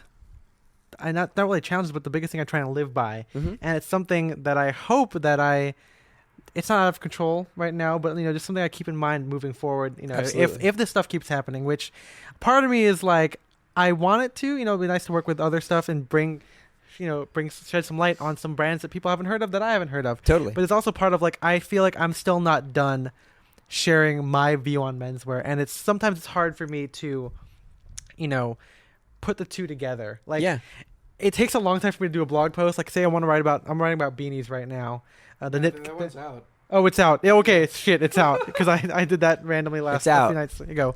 But I really wanted to do that, but like that takes a lot of time to do. And say if someone contacts me, I don't want them to wait for it, because I still feel bad. And even if there's no strings attached, if they say like, hey, it'd be cool if you posted about it, like I still feel the obligation, like, hey, as someone who writes about almost everything and shares a lot of his personal life with people, I feel like, hey, I should write about this and how it happened. And I try and keep that real. Like, if you read the Gentle Supply one, I'll be like, hey, they literally slid in my DMs. Yeah. They said they like my style and this is what it was. And I told them, hey, I'm going to write about this. And they're like, sure, do whatever the heck you want. And I did. And I was very candid and they liked it. And I... if that's how it's going to go, then that's how I want it to be. Maybe a little bit more communication, but like I liked it so far. Yeah. And that's what I wanted to talk about. And so speaking of authentic, let's do plugs. Let's have Garrett go first. I know you plug a lot for 2120, and I would plug them a lot too because. Wait, what should I plug about? Whatever. Okay. So either like stuff you're working on right now, like your social media handles, and then like just kind of stuff whatever you're into at the moment. Like, okay. Yeah. Can I say some things, some feelings and stuff too? I can share some feelings on life. I just did that, so why don't you do it? Yeah. So my Instagram is at Gucci Baby at GOOCHYBABY. It's been my nickname for quite a few years. Right now I do a lot of work with 2120 Handcrafted. If you guys want to support us, check us out on Instagram at 2120 Handcrafted. Our website is 2120.us. We've got some pretty cool stuff, and we've got a lot of cool stuff in the works, so stay tuned. Other than that, I'd like to touch base on what Ethan just said, just about being authentic. I think fashion allowed me to go on this weird journey of really being honest with myself, and coming from my early days of being bullied and wanting to be accepted, I realized at a certain point not to give a shit about what other people think. And I think it's the best thing that I ever learned. If you do want to try something out, even if you fail, I know you guys have talked about this on the podcast a few times, try it out and fucking do it. there's yeah. no point in wasting any time wanting to do something with your life and not doing it. If you want to change your job, go and do it. The truth is that a lot of the stuff that I do, I try to keep a smile on my face. Work is hard as hell, but that's why it's fun, man. And I think that if people who are listening to this podcast want to get into certain things, all 10 of you, if you guys want to get into certain things in fashion or change your career, fucking do it. There's no point in wasting any time. Kick some ass. Peace out, Gucci baby. That was cool. Spencer, do you have any last words, or do you want to plug anything? Yeah, I'm going to plug some things. My Instagram, at SpencerDSO. I finally did it. I read Amy Torah. You did! Oh my God, I'm so And happy you so read it. Thank you. I got arrivaled, and now I can see time because all the secrets were unlocked. You had a Chinese general tell you. Yeah, his phone number, so I could call him in the past and tell him about how. Spoilers for Arrival if you guys haven't seen Spencer's it. just hyped because there's a how to figure out what decade Levi's are from in the book. Well, now he's got the buddy, I play-by-play. already knew that. Buddy, I already knew that. So yeah, read Amy Torah. Great read. Fun stuff. Real fun stuff. Also, podcasts I've been listening to recently or re-listening to. You must remember this. It's about old Hollywood. Even if you're not into old Hollywood, the season, I guess you could call it, series I've been listening to recently is called Charles Manson's Hollywood. You don't have to be into old movies to enjoy it. It's super fascinating. Just because it's about Charles Manson, but then it's just really about how American culture, Hollywood specifically, was changing, and how stuff like the Manson murders, Vietnam, all that stuff really changed the very idealistic 60s into like the kind of grittier 70s. And then finally watched it again yesterday. Spotlight, good movie. Oscar night. It was nominated for Best Picture last year, the year before, something like that. It's a good movie about the Boston Globe and covering sex scandals in the Catholic Church. Whoa. Check it out. Can I say something really quick? Very ahead. important. There was a place in San Diego called Oscars. And so every time I hear the word Oscar, I start salivating because I think of their breadsticks. Fuck. And we're about to eat pizza, so... Yeah, we're going to eat pizza in a little bit. Cool. But anyways, Oscars remind me of Oscars, and there was breadsticks that's your other there. plug? That's my other plug. Oscars, I don't even know if they're in business anymore, but damn, they had some good breadsticks. Well, I guess I'll plug my Instagram now. It's at Ethan M. Wong. You can also find us, the podcast, on Instagram at Style and Direction, all spelled out. We're probably going to include some funny pictures of maybe like the Oscar breadsticks if we find those. You know, Dude, I'd love just random to stuff that we talked look about. at the I think is what's breadsticks. going to be on that Instagram. You can also email us at styleanddirection at gmail.com. Do you have anything, Nope, Ethan? we don't have anything. No one really emails. Stay but, you know, tuned it's for there. some bad fashion photos of me from middle school Oh, and high please, school. we're going to post all that on there. And then maybe a current cute photo of me There we being not weird and bad at fashion. taken by fashion portrait photographer Ethan Ethan M. M. Wong. Wong. There it is. On Instagram. Right, there we go. I And don't on really- MySpace. Oh, yeah. also, And on Vine. Quick plug, I mentioned it. Tellison makes a great denim jacket. Check them out. And the guys who own the company are very, very cool. Wow. I don't really have any clothing plugs. Everything I'm wearing is like thrifted. I guess Kamakura is pretty cool. Yeah. And they're mentioned in Amy Torah. Yeah, they're good, ready to wear, I guess. You know, I mean, yeah, I'm wearing them right now. It's not really like a plug thing, just more of me mentioning it. What's a good plug thing? I would say, well, Shape of Water just won Best Original Picture. Score. And Best Picture. Oh, and Best Picture. I did not know that. Well, congrats to them. Fish. Shit. Well, we just dated this podcast because this is gonna come out 2 weeks after The Oscars. the Oscars. But yeah, Oh, that's man, cool. I hope- If you I guys haven't seen it, you should watch it. It's really good. Michael Shandy is really good in it. I have one final plug. Go ahead. I hope this is out by then. Gooch Collective, Volume 3, March 24th, at the Rogue Collective in the Arts District. I hope this comes out in time. I feel like this will come out that week, so hopefully. Down, yeah. boy. There Gooch we Collective, come out.